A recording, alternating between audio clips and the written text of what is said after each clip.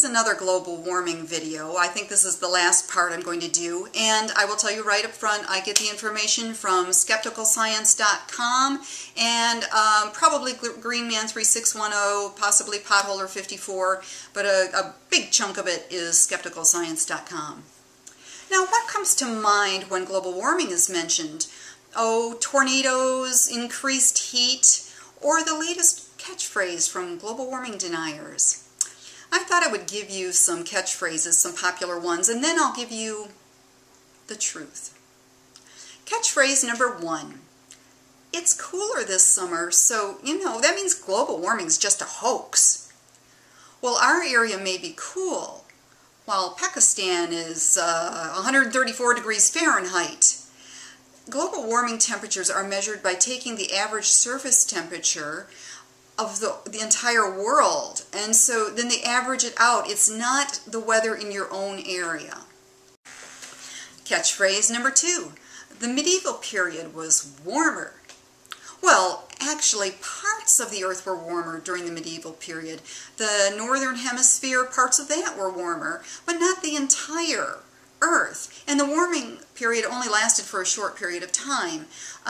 They had less volcanic activity during that time, which helped keep it warmer, because you see, more volcanic activity actually makes the earth cooler, because it covers, the particles in the air actually block the sun.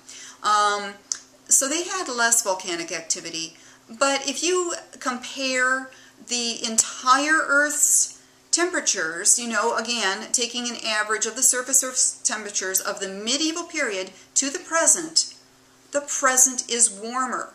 So it isn't really true that the medieval period was warmer.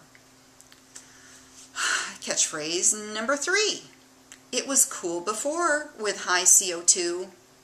Well, yes. 444 million years ago, during the Ordovician period, there was higher CO2. This actually turned out to be beneficial because the sun was dimmer and the oceans were cooler. So the high CO2 kept the entire planet from freezing over. But this period was also very brief in an otherwise warm era. The deniers just find these little things like, it was cool before with high CO2 444 million years ago. They find these little things and make it into a huge issue when it's not. Catchphrase number 4. It's from cows' burps and gas, not CO2. Well, methane from cows, that's a short-lived pollutant, but that sounds funny somehow. But anyway, it does increase global warming. It's not the main driver, and it's not the main source, and it doesn't get rid of the CO2 pollution that's up there, which, the CO2 gathers and keeps gathering and accumulating. But, of course, if we did cut down the need for livestock or cut that out altogether, we would help decrease global warming. And of course, here's my vegan speech. In addition, if you want to help your health, the world's water supply, starvation all over the world, disease prevention, and of course, animal abuse, cut down on the meat and dairy or cut it out altogether. But CO2 is the most, oh yeah, I'm supposed to be a peaceful vegan. It doesn't match me. But CO2 is the most dominant for radiative forcings, and I don't know if that's a radiative or a radiative, because I've only seen it in print, but I think radiative makes me sound smarter. It's the most dominant for radiative forcings, and CO2 is increasing faster than any other greenhouse gas. Remember, it builds in the air. Catchphrase number 5.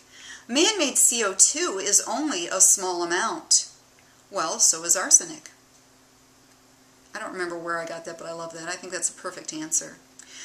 And also, just keep in mind that the oceans and plants can't absorb anymore. So, and 60% of the CO2 man puts in the air at this point stays in the air. So we're just way over our balance point.